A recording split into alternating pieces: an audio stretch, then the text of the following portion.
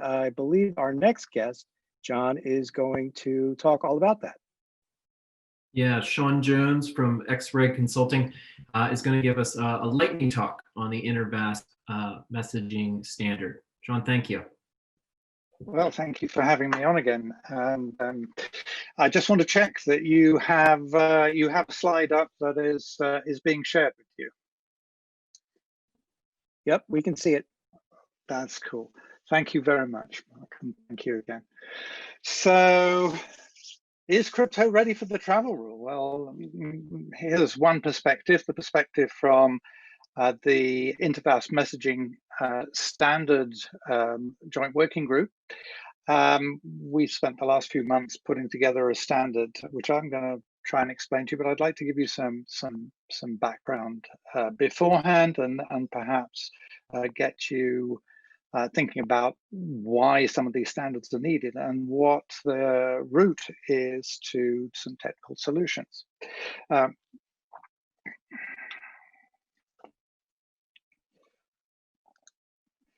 This is what I told VASPs who were attending the V20 conference back in the back end of June last year. A few days before that, FATF had completed its summer plenary and had approved the interpretive note and the guidance notes that some folks have now read and now understand, explain how the FATF recommendations are going to affect the crypto industry and what the implications are specifically of the travel rule to the industry. It was definitely a wake up, smell the coffee moment. But let's just understand, first of all, what the Financial Action Task Force is, its full name is, what FATF is about. There's a lot of myth, a lot of misunderstanding. Let's be absolutely clear. This is an organization it's an intergovernmental organization. It's the global money laundering and terror financing watchdog. It comprises of countries, of countries and jurisdictions. It has 39 members, 37 of them are countries, and it has two organizations that cover a number of countries, the European Commission and the Gulf Cooperation Council. But by way of the arrangements that it has with some regional bodies, it in fact covers pretty much every nation around the planet. That's 200 plus nations who in effect are committed to implement the standards that it produces. And those standards are embodied in something called the FATF Recommendations. Now, those recommendations sound quite innocuous. I've heard people describe them as being maybe only recommendations, not binding. Let's be absolutely clear. They are recommendations with consequences. And in effect, that makes them binding requirements, but they're not binding requirements on VASPs or on financial institutions directly. They're binding on countries, on the 200 countries around the world. Those countries have to implement those standards, bring in the necessary legislation if they have to, the necessary regulatory frameworks, the necessary supervision to give effect to them. In relation to VASPs, as we now know them, a definition that flowed from the FATF changes that were made when it updated its recommendations all the way back in October 2018. This isn't something that is fairly recent. This isn't even just from last summer. This goes back to October 2018, and it results from the G20 having tasked FATF to, in effect, deal with crypto assets, deal with the anti-money laundering and terrorist financing issues surrounding virtual assets. And FATF came up with some definitions for virtual assets. It came up with some definitions for virtual asset service providers. And the definition of a VASP is broad. It's more than just exchanges. It covers all forms of custodial wallets, although be clear here, it doesn't cover non-custodial wallets.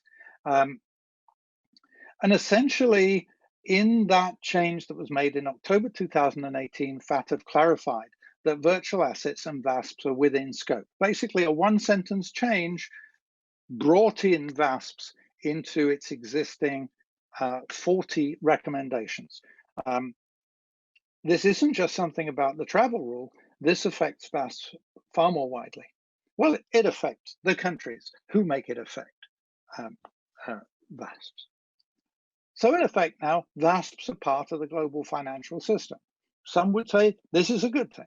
And in the panels that have preceded, we've heard some views about that. But there are some significant requirements. The key ones are that VASPs have to be licensed or registered. They have to undertake customer due diligence, either when they set up an account or what is referred to as establishing business relations. So if someone signs up on a website, they're probably establishing business relations. And in certain circumstances where they are only engaging in an occasional transaction, in other words, perhaps you think of it as a one-off transaction, where that exceeds $1,000 or €1,000.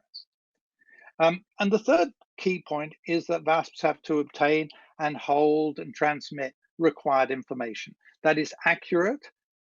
Be clear about this. Accurate means verified originator information, information about an intended beneficiary, and it has to transmit the required data immediately and securely. So we talk about this as being an originating VASP having to send certain required information to a beneficiary VASP when it carries out a transfer of value on a blockchain, in effect. So in one sense, crypto is exactly the same as everything else, but somehow it's different. And FATF recognized the challenges of applying the travel rule to the crypto industry. We heard a lot about deadlines and ultimatums over the last day or two. I just want to be really clear here.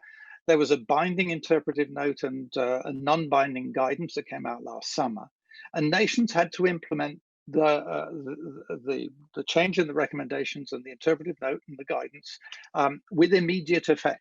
So this is already gone. That deadline is passed. The train has left the station. But in effect, there are some 200 deadlines. Some have passed, most are yet to come as each nation implements the travel rule. And FATF gave industry 12 months to be able to demonstrate some significant progress in coming up with a technical solution for the travel rule. And in effect, that comes up when it considers at its plenary in the next month. But the report for that, the 12-month review report's already been prepared. And so we see an abundance of solutions, at least a dozen, probably more than that, of technical solutions that are currently in development, various stages of development. Because of this range of and variety of different solutions, 3 industry bodies got together, the Chamber of Digital Commerce, Global Digital Finance, and IDAXA, with support from my organization, XReg, to bring technical experts together from across industry. And those technical experts came from VASP, from financial institutions who undertake virtual asset activities. We've heard from some of them on the earlier panels. Industry bodies, academics, technical solution providers, and even 1 or 2 regulators who supply technical experts. In the end, there were 130 plus technical experts, over half worked for or were nominated by VASPs. And the idea here was to come up with a universal common language for communicating required originator and beneficiary information between VASPs. At least if everybody's talking the same language about the data payload, then they can just concentrate on how they implement it. And so this was in effect a data model for the exchange of FATF required information between VASPs. And it would work, this like all good technical standards, across any protocol and across any technical implementation. So just to be clear, this is a data model for message payload of the FATF required information that has to be exchanged. It isn't in itself a technical solution. There are a dozen or more of them on at various stages now. It's not an implementation of a technical solution. It's not a protocol, and it's certainly not a governance mechanism. What it contains are a set of data principles about that payload data. It defines data types and components and constraints, and includes a data model definition And it concludes by explaining how names and certain other data that originates in different character sets might be transposed or transliterated, how they're handled, and it finally gives some business examples. Now that standard was approved and published last week, 29th of April. 50 odd of the 130 technical experts attended the plenary session, and so it was concluded in time for the writing of the 12-month review report by FATF. It's available for download free from interVASP.org, and there are plans afoot to continue maintenance of this standard. We call it IVMS101, and produce possibly further technical standards. Thank you. Back to the studio, as they say. Thank you so much, Sean. My great Appreciate that. pleasure. Thank you for inviting me back.